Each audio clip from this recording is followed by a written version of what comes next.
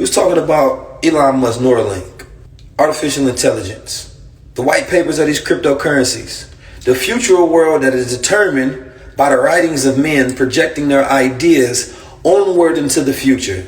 In a way that they get their ideas met into the future, because institutions is a communication between the past and the present. It's a connection, right? Culture, language, ideas.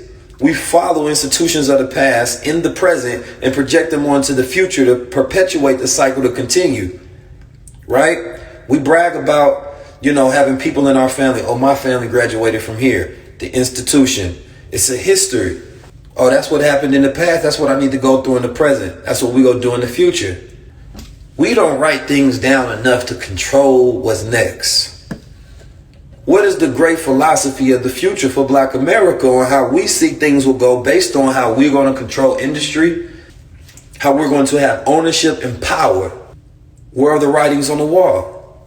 They've existed previous. The Honorable Elijah Muhammad wrote a lot, talked about the fall in America, the future and what we must be. This is why he was so successful, because he created an institution that connected the past, the present, and the future, dictated by the mind and the thoughts that were put on paper as ideas spread in our community, and those who absorb the information work to project that future to make sure that it comes true. So you have a fight between what we're being programmed to from their world and what we're being programmed to from our world. Our world is trying to reestablish the institution that represents our very world power, which is the Black family.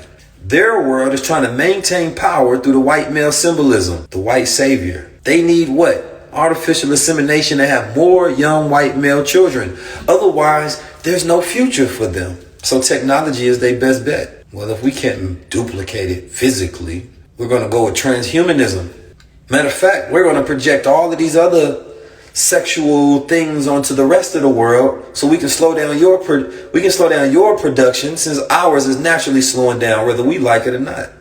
Bills, jobs, colleges, the lies that they sell us, we buy into on a consistent everyday basis. Every single day we buy into it, and we continue to do it. The way we feel about ourselves, think about ourselves, influenced by a world that we didn't create. Why do we continue to go with it? So we went to high school for 4 years. Don't know what the budget we needed for high school, how much we paid for it. We had to buy the latest Jordans, the nice shoes, right? Then some of us went to college. Some people paid upward to $100,000 in debt for an education that should have been given to them for free. Because you only get an education so you can work for the very society that you pay taxes in, that you live in. So why wouldn't you educate the citizens so that they could actually be productive? Must be another agenda behind it. And then here in 2020, 21, 2019, we got new institutions popping up. Brothers is creating Black World Orders and bridging wealth opportunities. This is how the politician will get you. The politician needs you to think short term. He knows you only think short term, so he's not going to give you a long-term plan. That doesn't move the people. He needs to tell you something in the now that you can vote for. And I need us to not think like that. I need us to think literally 2053 is not far. We are in 2021 and we thought that was the future. I mean, it is, but it's the present. It's the present. I posted a video. The young man came to my video shoot and pulled up, 16-year-old young man. He started to page Keys quotes, started taking my quotes, posting them. I said, great job, I'll pay you for it. Didn't even know if this was a real person, hadn't met the person. Find out, same kid, or child rather, young man, gets into our BWO program, sends us over a letter and say, yo, I got funded $50,000 from your program. I said, oh snap, this is love right here. Because I thought about when I was in high school. I sold drugs in high school. I hustled. I caught my first case in high school. On my way to high school, I got arrested across the street from my high school in front of some of the other students, right? Just doing dumb shit. But it was nothing that captured my attention there. The subjects was boring. They didn't cater to my type of intelligence. So I had no interest. If I gotta learn the way you want me to learn, which is against my type of brain and my type of intelligence, I don't want to be here. So I use my street smarts to trick the teachers into giving me good grades. That's how I got through high school. I remember getting in the fight, getting kicked out, thrown into alternative, but I sold weed to somebody that was on the school board. They got me back into school. I graduated on time, didn't pay no senior dues, but I got that little high school diploma. I learned to finesse the game because I learned it was all just a game. They didn't care whether I was intelligent or not. Poor teachers thought they cared, but they only knew what they were taught. But if I had opportunities where it was like some men came together and they were like, yo, you get in this, we're going to teach you how. You ain't got to be a rapper to have money. You got to be a drug dealer to have money. You got to be these things to have money. Like, you can just be yourself and get money. You can be yourself and build wealth and power and institution. And they was talking ownership and rulership like this.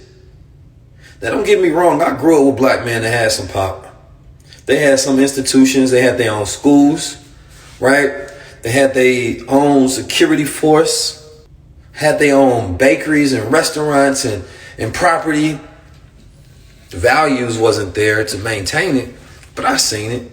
I also seen it fall. I seen it fall, so I'm not impressed by the things that I see yet until we can do it long term, because currently, we are very short-term people. We want to destroy anybody that comes in and we don't like them. We're so personal with our preference towards the people in society, but I get it because there's only so many of us.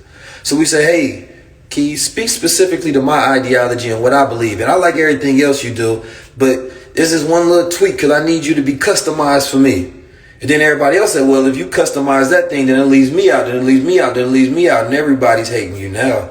You could have done nothing to no one whatsoever. You can literally wake up every single day, research, study, learn, come on here, build business, industry, teach, and lead. Still going to be some of our people that's hating you. That's what it is. That's what we deal with. But I remember when I was in the streets, the way I was in the streets. And I learned before I even started this that people only get mad when you're successful at what you're doing. Nobody cares if you do something and you're a failure at it. But the moment you become successful at it, then it becomes an issue.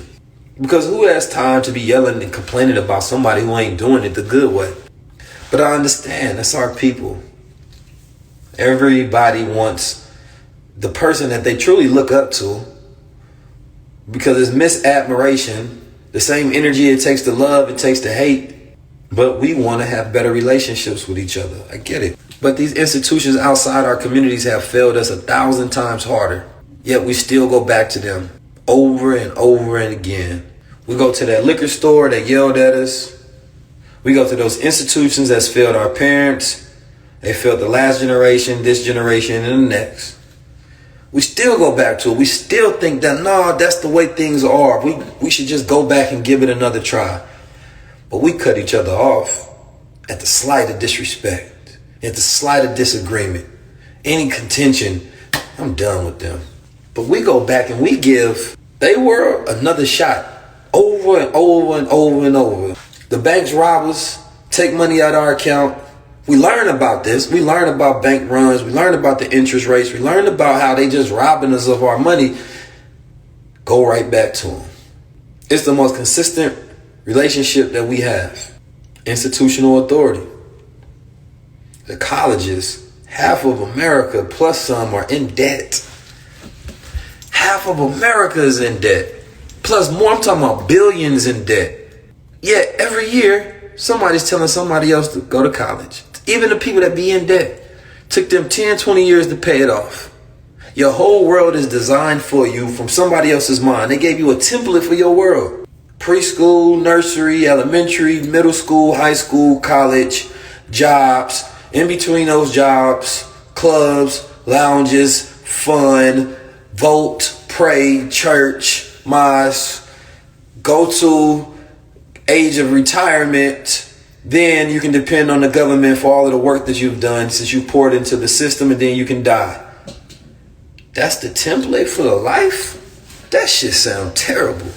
But see, when the people that are smart enough to control the territory of time, they write these ideas down, they design your world, you agree to the assignments that they give you, and you go out there in the world trying to produce the reality that they had set forth for you. It just don't sound like life to me. waiting to retire. The concept of retirement itself is early death. There's no retirement for life. Don't make no sense. So I always think, how would the world be if I designed this? If I design the world, what would people do? What would be their ideas in the next 30, 40, 50, 60 years? How could you just manifest your imagination and figure out what you want to do on a daily basis? I see why so many black people want to be rappers, but then of course that is just another template because of our lack of creativity. If you enjoy the music, you don't have to get paid for it. You don't have to be famous for it. There's so many different ways to make money. It makes no sense that we pick about 5 different ways and they become our norm because we didn't choose it in the first place. It was given to us. The illusion of choice is the biggest deception ever played on us. We think we chose these ideas, these careers, these names, the influence, the things that we eat, the way that we dress. We have no idea that it's all been predetermined for us because we don't control none of the institutions that these things come out of. So when somebody tries to give you a new mind to think in a new way, which creates a new reality, you sound smart and everything. I like what y'all doing and everything, but I don't know if I'm like, I ain't ready for it though. I ain't ready for it though.